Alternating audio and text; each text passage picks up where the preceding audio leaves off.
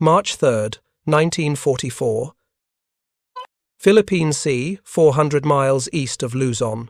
Aboard the submarine tender USS Fulton, Commander Takeshi Yamamoto, recently captured from the destroyer Akizuki, stood on the deck under guard, watching something that defied every principle of naval warfare he had been taught.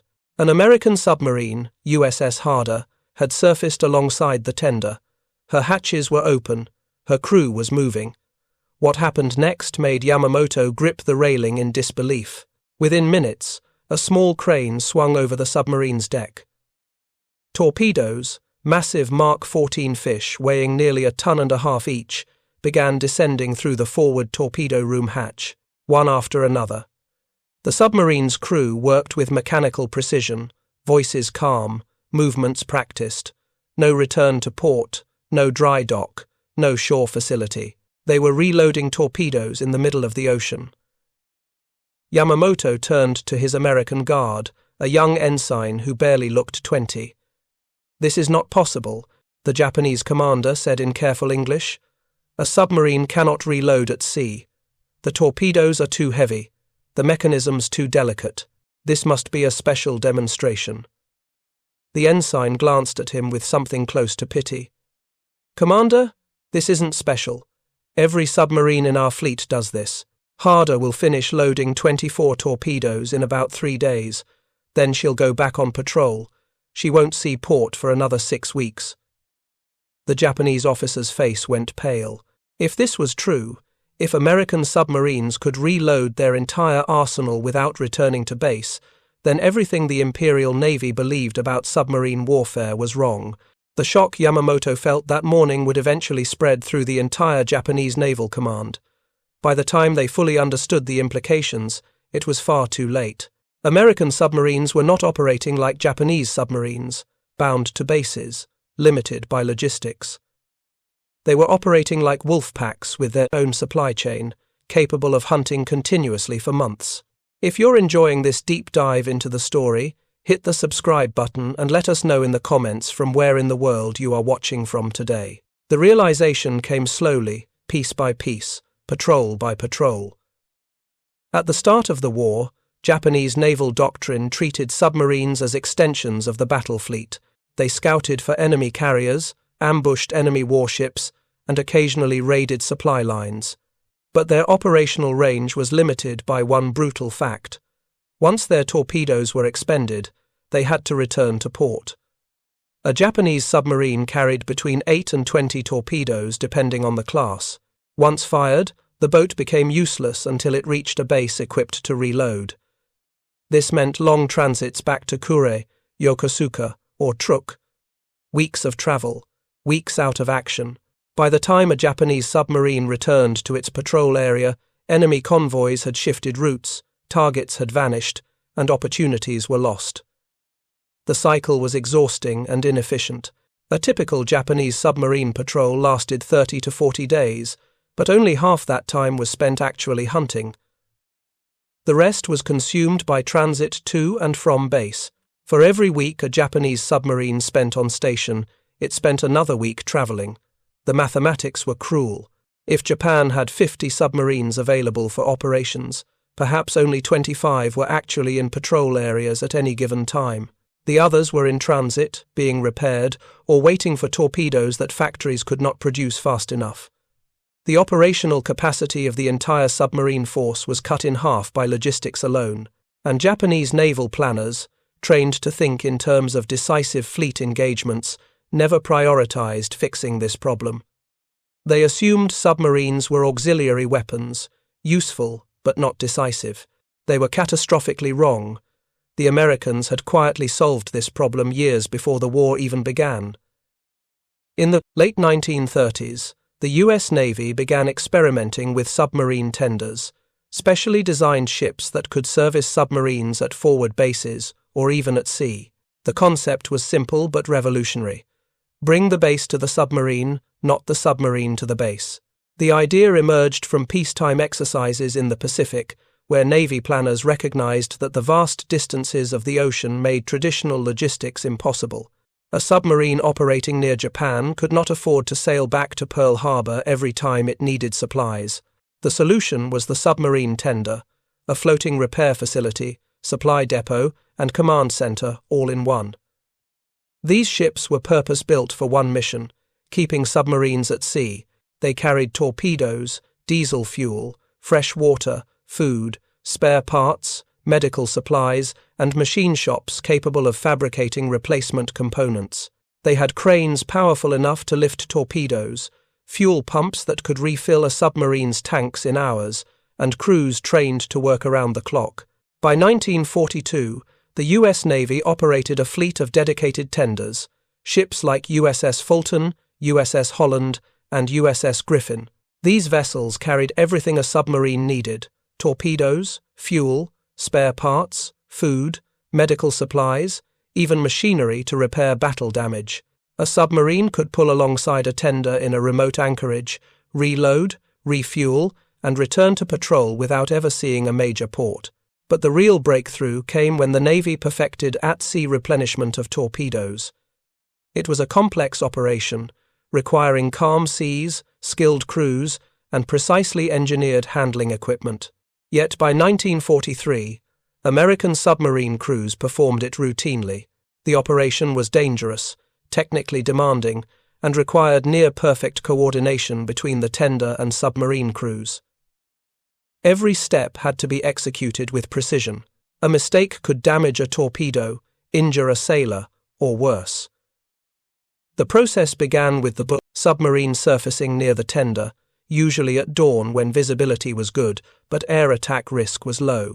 The submarine would approach slowly, diesel engines rumbling until it came alongside the tender's hull. Mooring lines were thrown, secured, and the two vessels were lashed together. The submarine bobbed in the swell, rising and falling several feet with each wave, while the tender, many times larger, remained relatively stable. The timing of every lift had to account for this motion. A torpedo lowered when the submarine rose too high could smash into the deck. A torpedo lowered when the submarine dropped too low could swing wildly, endangering everyone nearby. The tender's crane operators swung a heavy lifting frame over the submarine's deck. Torpedoes, secured in padded slings, were lowered through the forward or aft torpedo room hatches. Each torpedo measured more than 20 feet long and weighed 3,000 pounds, a massive cylinder of steel, explosives, and precision machinery.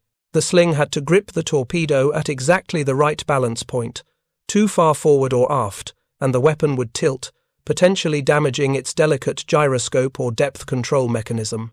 Inside the submarine, torpedo crews guided each weapon onto loading rails, then muscled it into position in the tubes or storage racks. The interior of a submarine's torpedo room was cramped, hot, and claustrophobic. Torpedoes took up nearly every inch of space. The crew had to maneuver each weapon through narrow passages, around bunks, past electrical panels, all while the submarine rolled gently in the swell. It required strength, coordination, and absolute focus.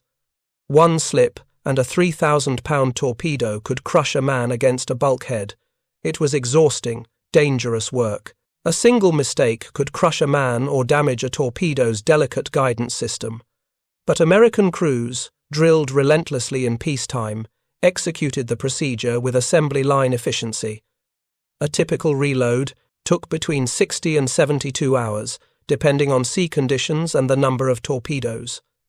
During that time, the submarine remained vulnerable, unable to dive quickly, exposed to air attack. Yet the risk was calculated. The tenders operated in remote anchorages, protected by destroyer screens and air patrols. For the brief window of reloading, the submarine traded vulnerability for the ability to stay on station far longer than any enemy boat could match. The anchorages chosen for these operations were carefully selected. They needed to be sheltered from heavy seas, defensible against air attack, and positioned close to active patrol areas. Majuro Atoll in the Marshall Islands became a primary reloading station. Its vast lagoon could shelter a dozen submarines and their tenders simultaneously, protected by coral reefs and ringed by anti-aircraft positions. Manus Island in the Admiralty Islands served a similar function, supporting submarines hunting in the South China Sea and Philippine waters. Later, as American forces advanced, tenders operated from Saipan, Guam, and eventually Subic Bay in the Philippines itself. At these forward bases, the tenders created miniature naval facilities in the middle of nowhere. They brought not just torpedoes and fuel, but also fresh food, mail from home, medical care, and even entertainment. Submarine crews arriving after weeks at sea could shower in fresh water, eat hot meals, watch movies on the tender's deck, and sleep in real bunks instead of cramped submarine racks. The psychological benefit was immense. Submariners knew that a few days with the tender would restore them completely, ready for another patrol. This rotation system kept morale high, even as patrols stretched longer and longer. The strategic implications were staggering. Consider the geography of the Pacific War. Japan's empire stretched across thousands of miles of ocean. Its shipping lanes ran from the home islands to the Dutch East Indies, the Philippines, the Solomons, and beyond. American submarines, operating from bases at Pearl Harbor, Midway, and later Saipan and Guam, had to cross vast distances to reach those lanes.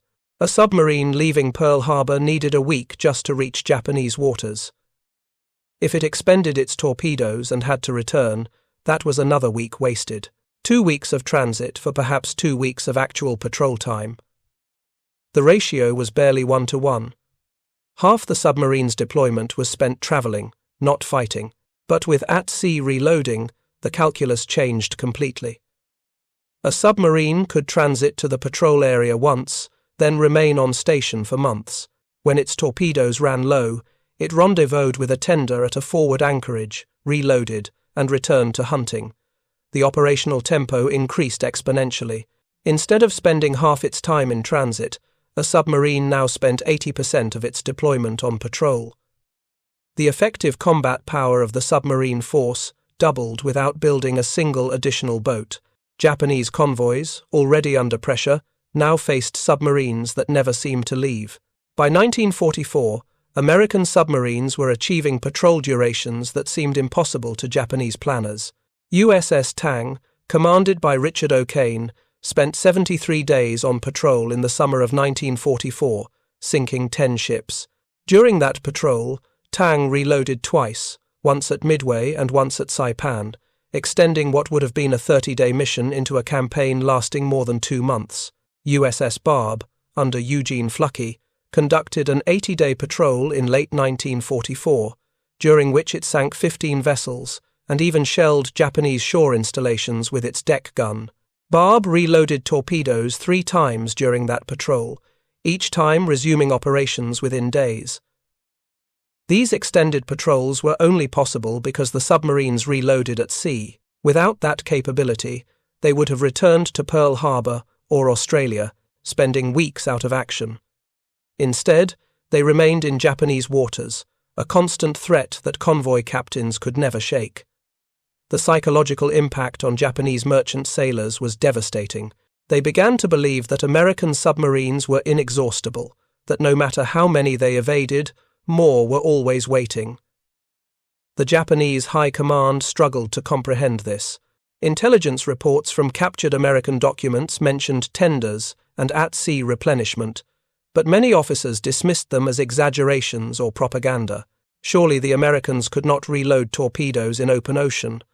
The weapons were too heavy, the procedures too dangerous. It had to be a bluff.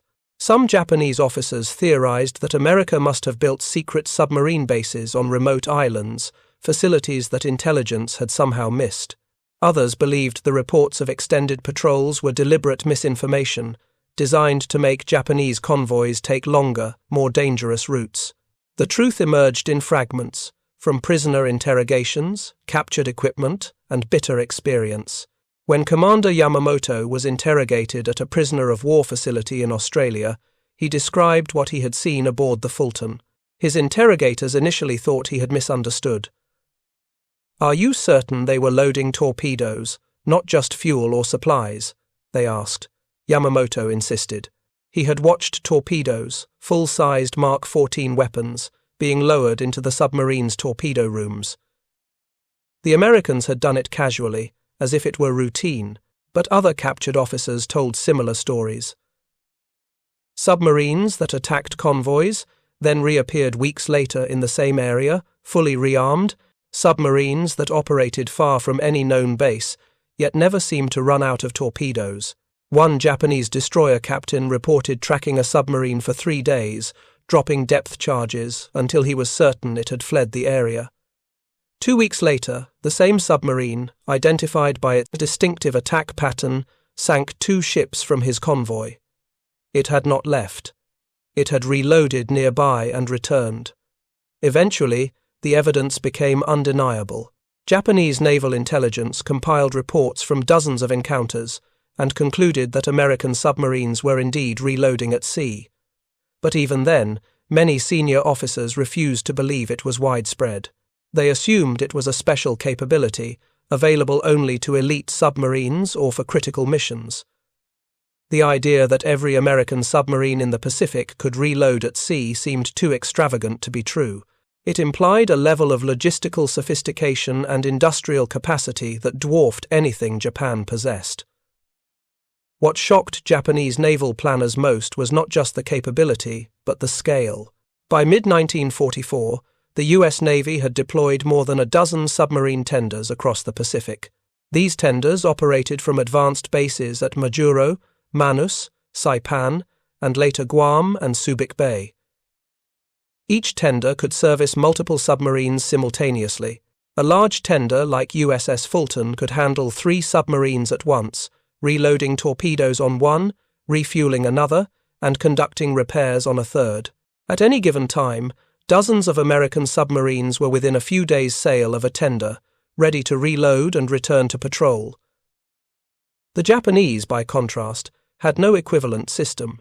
Their submarines returned to major ports for reloading, a process that could take weeks once transit time was included. Japanese submarine doctrine had never prioritized extended patrols. The boats were designed for shorter missions, ambushing enemy fleets during decisive battles. The idea of a submarine spending 2 or 3 months continuously at sea, hunting merchant ships, was foreign to Japanese thinking. They had submarines. America had a submarine campaign. They experimented with forward replenishment, but lacked the specialized equipment and trained crews to make it efficient. In 1943, the Imperial Navy attempted to establish a forward submarine base at Truk Atoll, hoping to reduce transit times for boats operating in the Central Pacific. But Truk lacked the infrastructure of a true naval base. There were no machine shops, no torpedo storage facilities, no trained maintenance crews. Submarines that pulled into Truk still had to sail back to Japan for major repairs or torpedo reloads. The experiment failed, and Japanese submarines continued spending far more time in transit than on patrol, a crippling disadvantage in a war of attrition. One lesser-known detail: the torpedoes themselves were engineered for at-sea handling. The Mark 14 torpedo, despite its infamous early problems with depth control and detonators, was designed to be rugged enough for rough handling at sea. Its casing was reinforced to withstand the stresses of being hoisted by crane in a rolling sea. Its guidance system was shielded against shock and vibration. The propeller was protected by a removable nose cone that could absorb minor impacts during loading. Every component was designed with field maintenance in mind. By 1943, when the Mark 14's defects were finally corrected, it became a weapon that was not only deadly but logistically flexible. American submarine crews could reload them under conditions that would have been unthinkable for more delicate weapons. The Mark 14 could be dropped from a crane, manhandled through a submarine's cramped passageways, loaded into a tube, and fired, all without requiring the precision environment of a shore facility. This ruggedness was the result of years of design refinement. The Navy's Bureau of Ordnance had tested Mark 14 torpedoes under extreme conditions, deliberately subjecting them to rough handling to ensure they could survive field operations. Japanese torpedoes, by contrast, were precision instruments that required careful handling. The Type 95 torpedo, used by Japanese submarines, was more accurate and longer-ranged than the Mark 14, but it was also fragile. Its guidance gyroscope could be knocked out of alignment by rough handling. Its oxygen propulsion system required specialized equipment to service. Loading a Type 95 at sea was theoretically possible, but practically suicidal. Any damage during transfer could cause the torpedo to malfunction, and an oxygen torpedo malfunction often meant an explosion. The psychological impact on Japanese sailors was profound. Convoy captains began to believe that American submarines possessed unlimited torpedoes. Survivors of attacks reported submarines that fired salvo after salvo, as if their magazines were bottomless. One Japanese tanker captain, interviewed after the war, described an attack in which he counted 14 torpedoes fired at his convoy over the course of a single night. His convoy scattered, and 3 ships were sunk. He could not understand how one submarine could carry so many weapons. The answer, of course, was that the submarine had reloaded at sea a few days earlier. It had left a tender with a full load of 24 torpedoes, and was spending them freely, knowing it could reload again within a week. The submarine in question was likely USS Harder, the same boat Commander Yamamoto had watched reloading. Harder's commander, Samuel Dealey, was known for aggressive tactics and liberal torpedo expenditure. In one patrol in June 1944, Dealey fired 32 torpedoes, sinking 5 Japanese destroyers. He reloaded at Manus, returned to patrol, and sank another destroyer before finally returning to base. His patrol report noted casually, expended all torpedoes, reloaded from USS Fulton, resumed operations. For Dealey, reloading at sea was simply part of the mission. This operational freedom gave American submarine commanders an aggressiveness that baffled Japanese defenders. Japanese submarine doctrine emphasized caution, preserving the boat for future operations. Commanders were instructed to fire only when a kill was certain, to avoid wasting precious torpedoes. American doctrine, by contrast, emphasized maximum lethality. Fire every torpedo if it means sinking more ships. Reload and do it again. The difference in mindset was stark. Japanese submariners hunted cautiously, rationing their weapons. American submariners hunted voraciously, expending weapons freely, and trusting the logistical system to resupply them. The industrial logistics behind this system were staggering. The U.S. Navy produced more than 14,000 torpedoes in 1944 alone.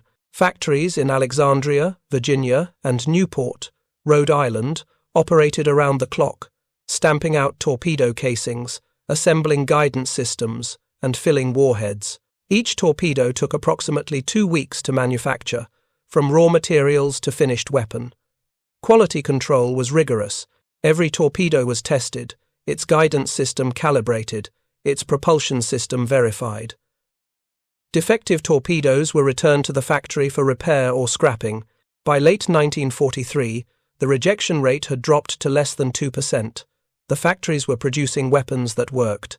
Tenders carried hundreds of torpedoes in their holds, ready to transfer to submarines. USS Fulton, one of the largest tenders, could carry up to 300 torpedoes at once, enough to fully reload a dozen submarines. The torpedoes were stored in climate-controlled magazines, protected from heat, humidity, and salt spray. Tender crews inspected them regularly, testing guidance systems, checking seals, and ensuring every weapon was ready for combat. The supply chain stretched back to factories in Alexandria, Virginia, and Newport, Rhode Island, where torpedoes were manufactured, tested, and shipped across the Pacific. Torpedoes that left the factory in the morning could be aboard a submarine in the Philippine Sea within 6 weeks. The logistics were astonishing. Torpedoes traveled by rail from the factories to ports on the East Coast, then by cargo ship through the Panama Canal to Pearl Harbor or San Diego. From there, they were loaded onto ammunition ships, bound for forward bases. At each stage, the torpedoes were handled carefully, inspected for damage, and logged into inventory systems. The U.S. Navy knew, at any given moment, exactly how many torpedoes were in transit, how many were in storage, and how many were loaded aboard submarines. This level of logistical transparency gave commanders confidence to plan aggressive operations. They knew the torpedoes would be there when needed. Japan, by contrast, struggled with torpedo production throughout the war. Japanese factories produced fewer than 3,000 torpedoes per year, and quality control was inconsistent. Many Japanese submarines went to sea with partially loaded magazines simply because no torpedoes were available.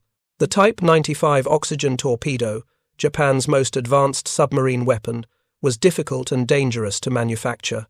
The oxygen propulsion system required high-purity liquid oxygen, which was produced in limited quantities. Filling a torpedo with oxygen was a delicate process, and accidents were common. Several factory workers were killed in oxygen explosions during the war. The disparity in production meant that even if Japanese submarines could have reloaded at sea, they would not have had enough torpedoes to make it worthwhile. The Americans were not just better at logistics, they had more of everything: more torpedoes, more fuel, more spare parts, more food, more of the industrial output that turned raw materials into combat power. Japan's industry, stretched thin by years of war, could not keep pace. By 1944, Japanese torpedo production had actually declined as factories were diverted to producing aircraft, ammunition, and other critical supplies. Submarines, once seen as important, became a lower priority. Torpedoes that might have gone to submarines were instead allocated to destroyers or cruisers, weapons platforms that Japanese planners still believed would win the war. By late 1944, Japanese Naval Command finally acknowledged the scope of the problem. Staff reports noted that American submarines were operating with a persistence and intensity that could only be explained by at-sea replenishment.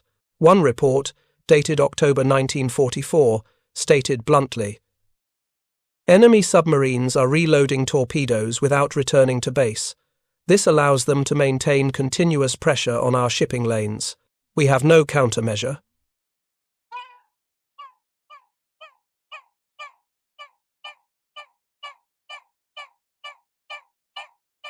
The admission was devastating. Japan's merchant fleet was hemorrhaging. More than 200 ships had been sunk in 1944 alone, most of them by submarines. And those submarines were not going away. They were reloading at sea and coming back. The report went on to recommend that Japan develop its own at-sea replenishment capability, but the recommendation was never implemented. By late 1944, Japan lacked the resources, the shipyards, the trained personnel, and most critically, the time to build such a system. The war was already lost, though few dared say so openly. If you find this story engaging, please take a moment to subscribe and enable notifications. It helps us continue producing in-depth content like this. The realization came too late for any meaningful response. Japan lacked the industrial capacity to build comparable tenders. It lacked the trained personnel to operate them.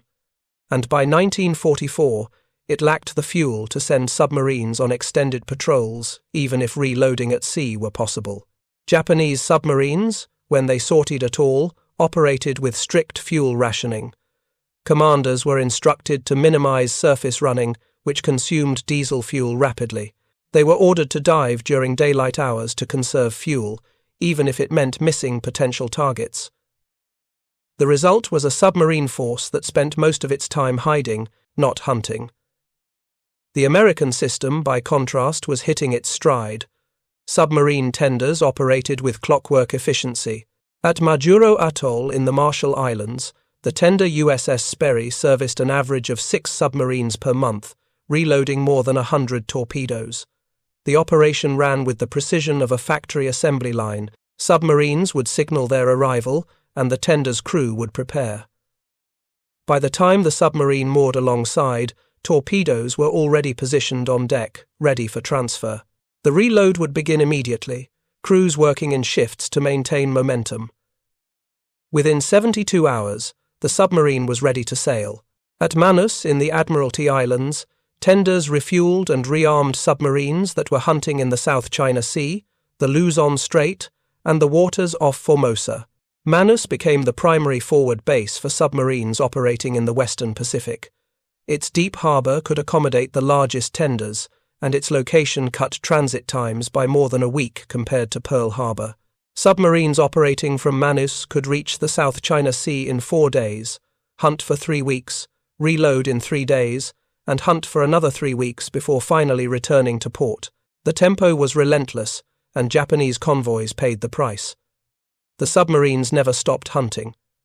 By early 1945, American submarines were sinking ships faster than Japan could replace them. In January alone, more than 70 merchant ships were sunk, totaling over 300,000 tons.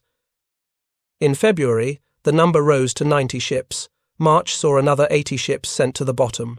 The numbers were staggering, each sinking representing not just a ship but the cargo it carried: oil, rice, ammunition, troops, raw materials. Japan's economy was being strangled one convoy at a time. There was another dimension to this capability that Japanese planners failed to anticipate: morale. American submarine crews, knowing they could reload at sea, developed a confidence bordering on recklessness. They pressed attacks harder, took greater risks, and fired more torpedoes. They knew that within days they could replenish and return. The knowledge that the logistics system would support them gave submarine commanders the freedom to be aggressive. They could afford to fire a full spread of 6 torpedoes at a single target, knowing they could reload and fire another spread within a week. This aggressive expenditure of ammunition led to higher sinking rates and demoralized Japanese defenders. Japanese submariners, by contrast, grew increasingly cautious. Every torpedo fired was one less for the long voyage home. Every missed shot was a wasted opportunity that could not be reclaimed for weeks. Japanese submarine commanders hoarded their torpedoes, firing only when success seemed certain. But in warfare, certainty is rare. Targets maneuvered unpredictably, weather obscured aim points, torpedoes malfunctioned. The result was that Japanese submarines, when they did fire, often missed. And when they missed, they had no second chance. The torpedo was gone, and there would be no reload until they returned to port weeks later. The difference showed in the results. In 1944, American submarines sank an average of 3.6 ships per patrol. Japanese submarines, when they engaged merchant shipping at all, averaged less than 1. The disparity was not due to courage or skill. Japanese submariners were highly trained, disciplined, and brave. But they were operating within a system that could not support sustained offensive operations. American submariners, by contrast, operated within a system designed to maximize their lethality. The difference was logistics, pure and simple. The operational tempo achieved by American submarines in the final years of the war bordered on the surreal. Consider the patrols of USS Flasher, one of the most successful submarines of the war, between December 1943 and August 1945. Flasher conducted 6 patrols, sinking 21 ships totaling more than 100,000 tons. Her average patrol duration was 71 days, nearly double the average for Japanese submarines. During several of these patrols, Flasher reloaded torpedoes at sea, sometimes twice. On one occasion in March 1944, Flasher rendezvoused with the tender USS Holland at Manus, reloaded 24 torpedoes in 68 hours, and returned to the Luzon Strait within a week. She sank 4 ships in the next 10 days. This level of sustained combat was unprecedented in submarine warfare. The German U-boats in the Atlantic, deadly as they were, could not match it. German submarines had to return to bases in France or Norway to reload, a transit that could take weeks and exposed them to Allied air patrols. The few attempts Germany made at sea replenishment, using supply submarines called milch cows, ended in disaster when Allied codebreakers located and sank them. By 1943, German submarines were spending more time evading hunters than hunting. The Battle of the Atlantic, once Germany's most promising offensive, had become a defensive struggle for survival. American submarines in the Pacific, by contrast, were hunters that never stopped hunting. They operated with a freedom that German U-boat commanders could only envy. The Pacific was larger, the Allied anti-submarine forces less concentrated, and most critically, the logistical support was flawless. American submarines could hunt aggressively because they knew resupply was always available. German U-boats hunted cautiously because they knew a single mistake could leave them stranded far from home with no support. The technical sophistication required for at-sea torpedo reloading was considerable. The tender's crew had to maintain torpedoes in perfect condition despite the corrosive salt environment. Each torpedo was stored in climate-controlled compartments, with guidance systems periodically tested and recalibrated. The torpedo's gyroscope, which controlled its course, was a delicate instrument that could drift out of calibration over time. Tender crews tested each gyroscope before transfer, spinning it up and verifying its accuracy with precision instruments. If a gyroscope was out of spec, the tender's machinists would recalibrate it, a process that took several hours, but ensured the torpedo would run true. Compressed air flasks were filled, warheads armed, propellers inspected. The Mark 14 torpedo used compressed air to drive a piston engine that turned the propellers. The air was stored at 3,000 pounds per square inch, enough pressure to shatter steel if the flask ruptured. Tender crews filled these flasks with extreme care, monitoring pressure gauges and listening for leaks. A ruptured air flask could kill everyone in the vicinity, and tender crews had lost men to such accidents early in the war. By 1944, safety procedures had been refined to the point where accidents were rare, but the danger was always present. When a submarine arrived for replenishment, the tender's crew had to verify that every torpedo transferred was fully functional. A single faulty torpedo could mean a missed kill, or worse, a circular run that endangered the submarine itself. Circular runs occurred when a torpedo's gyroscope malfunctioned, causing the weapon to curve back toward the launching submarine. Several American submarines had been damaged or sunk by their own torpedoes running in circles, and the fear of circular runs haunted every submarine commander. Tender crews took their responsibility seriously. Every torpedo transferred was tested, inspected, and certified, ready for combat. The U.S. Navy developed specialized training schools for tender crews. At these schools, sailors learned not just how to handle torpedoes, but how to diagnose and repair them in the field. They learned to disassemble guidance systems, replace faulty components, and reassemble the weapon to factory specifications. They learned to work with compressed air systems, explosive warheads, and delicate electronics. The training was intense, lasting several months, and only the most mechanically inclined sailors were accepted. By war's end, tender crews were among the most skilled technicians in the Navy. Tender crews became expert machinists, electricians, and armourers, capable of rebuilding a torpedo's guidance system or replacing a damaged propeller shaft with tools and parts carried aboard the tender. This technical depth was something Japan could not replicate. Japanese torpedo maintenance required shore facilities with precision equipment. The Type 95 oxygen torpedo was particularly demanding. Its oxygen propulsion system required specialized knowledge and equipment. The oxygen itself was dangerous, requiring careful handling to prevent fires or explosions. Japanese torpedo technicians trained for years to master the weapon, and only a handful of bases had the facilities to service it properly. The idea of repairing a Type 95 gyroscope aboard a ship in a remote anchorage was unthinkable. The work required a clean, temperature-controlled environment, precision instruments, and experienced technicians. Japanese tender crews, when they existed at all, were trained for basic maintenance, refueling, loading supplies, minor repairs. They were not equipped for complex torpedo work. American tender crews did it routinely, often in less than ideal conditions. They worked in tropical heat, with humidity that fogged instruments and corroded metal. They worked through rain, through rough seas, through the constant threat of air attack. And they did it well enough that submarine commanders trusted their work completely. There was also a human element to the system that Japanese planners underestimated: the tender crew's dedication.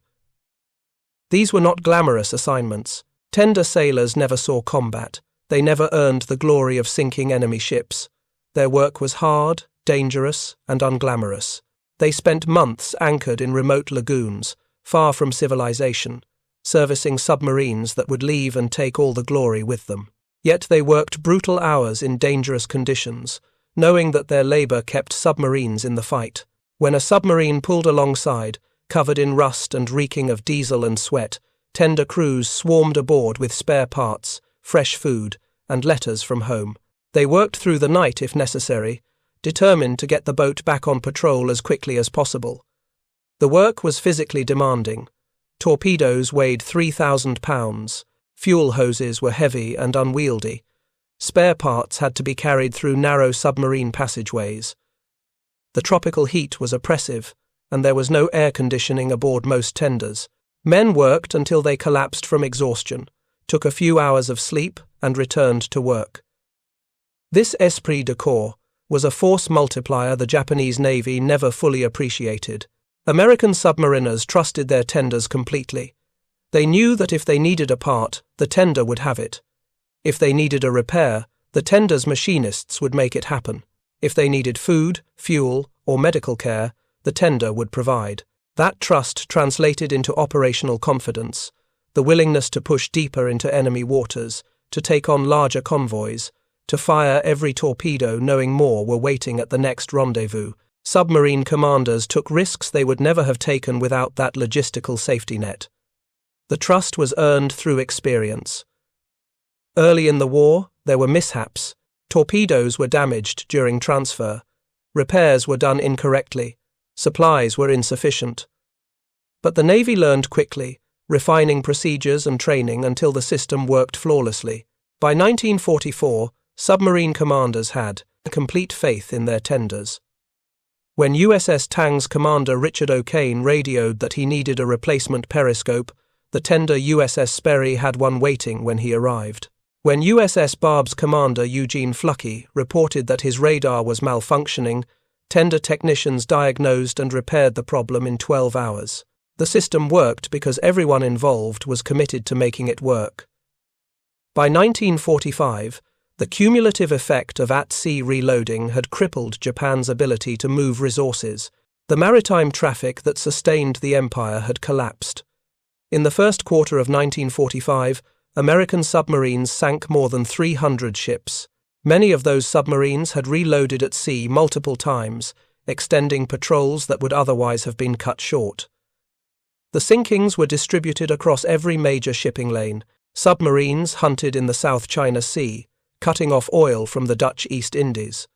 They hunted in the Luzon Strait, severing the Philippines from Japan. They hunted in the East China Sea, attacking coastal traffic. They even hunted in the Sea of Japan itself, penetrating through minefields to strike shipping in waters Japan had considered safe. The Japanese merchant marine, which had started the war with more than 6 million tons of shipping, was reduced to barely 1 million tons, most of it small coastal vessels that hugged the shoreline, terrified to venture into open water. These small vessels, fishing boats and coastal freighters, were all that remained of Japan's once mighty merchant fleet. They carried rice and coal in tiny quantities, hopping from port to port under cover of darkness, praying that no submarine was lurking offshore. The great tankers, cargo ships and troop transports that had once plied the Pacific were gone, most lying on the ocean floor. Oil shipments from the Dutch East Indies, the lifeblood of Japan's war machine, dwindled to a trickle. By April 1945, they had stopped entirely. Not a single tanker made it through. American submarines, operating in coordinated packs, hunted every tanker that left port. Some tankers were sunk before they even cleared harbour. Others were torpedoed within sight of their destinations. A few, in desperation, tried to sail at night without lights, hugging coastlines, but American submarines equipped with radar found them anyway. The oil fields of Sumatra and Borneo continued pumping crude, but it sat in storage tanks, useless.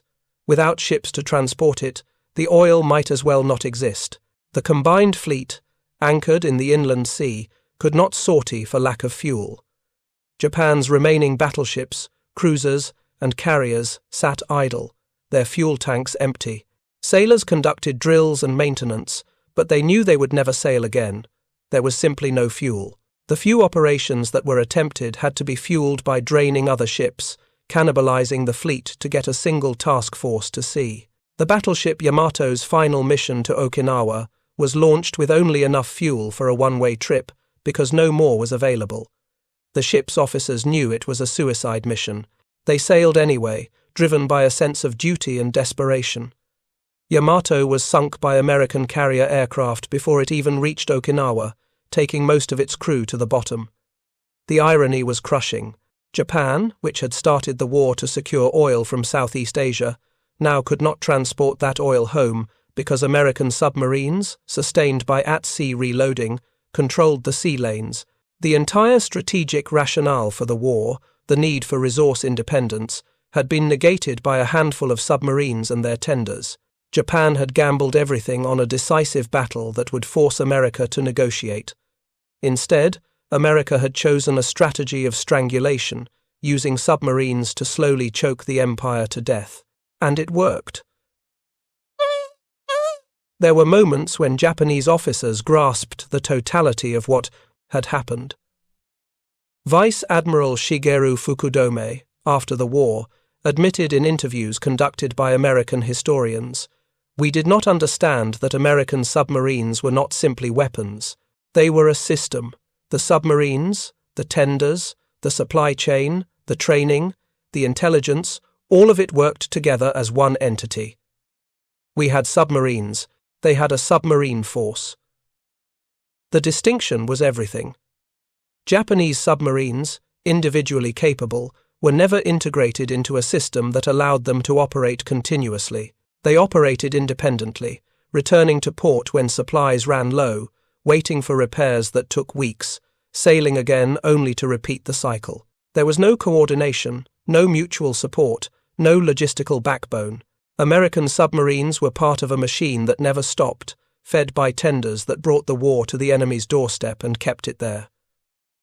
The machine had redundancy built in. If one tender was damaged, another could take its place. If one submarine was sunk, another was already on patrol. The system was resilient, adaptive, and relentless. Japanese naval officers, trained to think in terms of individual ship duels and decisive fleet battles, could not compete with a system designed for industrial-scale warfare. The numbers tell the final story with brutal clarity. From 1941 to 1945, American submarines conducted more than 1,400 war patrols. Of those, nearly 600 patrols included at-sea replenishment of torpedoes or fuel. That is almost half of all patrols, a staggering percentage that demonstrates how integral at-sea reloading had become to American submarine operations. Submarines that reloaded at sea had an average patrol duration of 68 days, nearly double the duration of patrols that required a return to port. Those extended patrols accounted for more than 60% of all ships sunk by American submarines. The ability to reload at sea was not a minor advantage. It was a war-winning capability. For Japanese generals and admirals, the realization came in stages, each more bitter than the last. First, they learned that American submarines were operating far from their bases, appearing in waters that should have been safe. Then, they learned that those submarines were reloading without returning to port, sustaining operations that seemed impossible. Finally, they understood that this capability was not experimental or limited to elite units. It was standard procedure, executed by every submarine in the Pacific Fleet. Every American submarine, from the newest boat fresh from the shipyard to the oldest veteran of dozens of patrols, could reload at sea. It was as routine as refueling. By the time they fully grasped the implications, Japan's merchant fleet was gone, its economy shattered, its military starved of supplies. There was no recovery possible. The damage was irreversible. By mid-1945, Japan was importing less than 10% of the resources it needed to continue the war. Factories shut down for lack of raw materials. Cities went dark for lack of coal. Soldiers in the field ran out of ammunition. The empire was collapsing from within, hollowed out by 3 years of relentless submarine attacks. Commander Yamamoto, the officer who had witnessed the reloading aboard USS Fulton, spent the rest of the war in a prisoner-of-war camp in Australia. The camp was well run, in accordance with the Geneva Conventions. Prisoners received adequate food, medical care, and were allowed to correspond with their families through the Red Cross. Yamamoto spent his time reading, learning English, and reflecting on what he had seen. In interviews conducted after Japan's surrender, he spoke about that morning in March 1944 with a mixture of awe and resignation. "I saw them reload torpedoes in the open ocean," he said quietly to his American interviewer. "And I knew we had lost, not because of one battle or one defeat, but because they could do what we could not. They could stay at sea. They could keep fighting. We could not."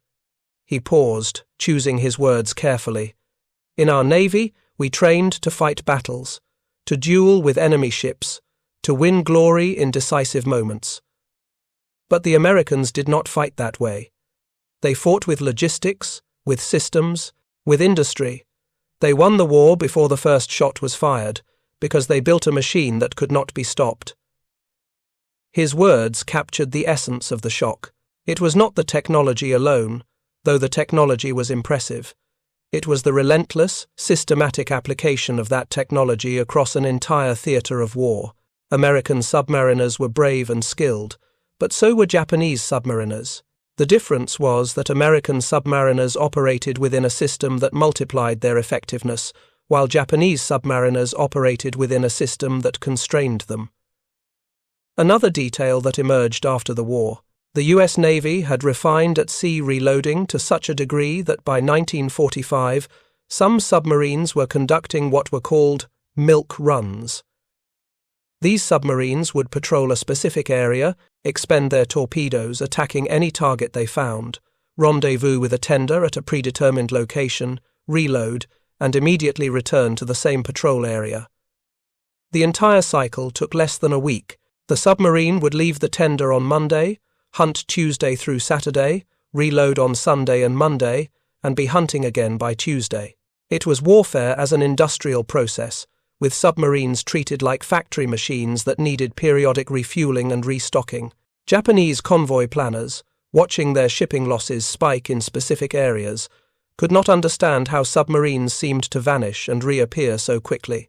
They assumed multiple submarines were operating in the same area, coordinating their attacks. Often, it was the same submarine, reloaded and back in position before the Japanese could adjust their routes. The speed of the cycle was disorienting. A convoy that had been attacked on Tuesday might encounter the same submarine, fully reloaded, on the following Tuesday. Japanese captains began to feel hunted, as if the ocean itself was hostile. The efficiency of these operations was a testament to years of peacetime planning. The US Navy had conducted exercises in at-sea replenishment throughout the 1930s, refining procedures, training crews, and designing equipment. Naval officers had studied logistics as carefully as they studied tactics. They ran war games that focused not on battles, but on supply chains. They calculated how many torpedoes a submarine force would need, how many tenders would be required to keep them supplied, how many spare parts would be consumed. When war came, the system was mature, tested, and ready. Japan, which had focused its pre-war planning on decisive fleet battles and carrier strikes, had neglected the unglamorous work of logistics. Japanese naval officers studied famous battles: Tsushima, Jutland, the great clashes of the past. They trained for the moment when their fleet would meet the enemy fleet in open battle and decide the war in a single afternoon. They did not train for a grinding war of attrition, fought across thousands of miles of ocean. The result was a navy that could win battles but could not sustain a campaign. They won at Pearl Harbor, at the Java Sea, in the early carrier battles, but they lost the war because they could not sustain operations over time. One final chilling detail. By the end of the war, American submarines had grown so confident in their ability to reload at sea that some commanders deliberately fired all their torpedoes early in a patrol, knowing they could reload and still have time for a second round of attacks.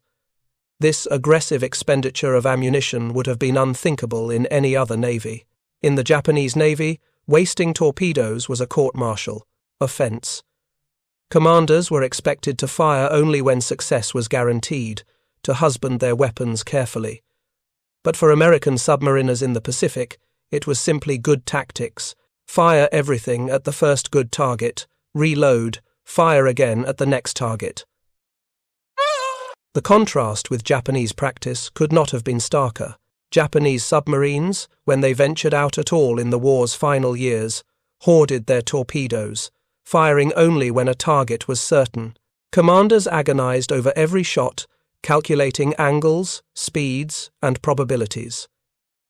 They fired single torpedoes or small salvos, trying to maximize their limited supply. The caution was born of desperation. There were no tenders waiting to reload them. Every torpedo fired was one less for the long voyage home, one less for the next target. If they missed, it might be weeks before they had another chance. American submarines fired with abandon, knowing that resupply was a few days away. They fired full spreads of 6 torpedoes at single targets. They fired at marginal targets, small freighters or fishing boats that barely seemed worth a torpedo. They fired in conditions that Japanese submariners would have considered too risky, in shallow water, in daylight, in the face of aggressive escorts. The difference in mindset, born from logistics, determined the outcome of the campaign.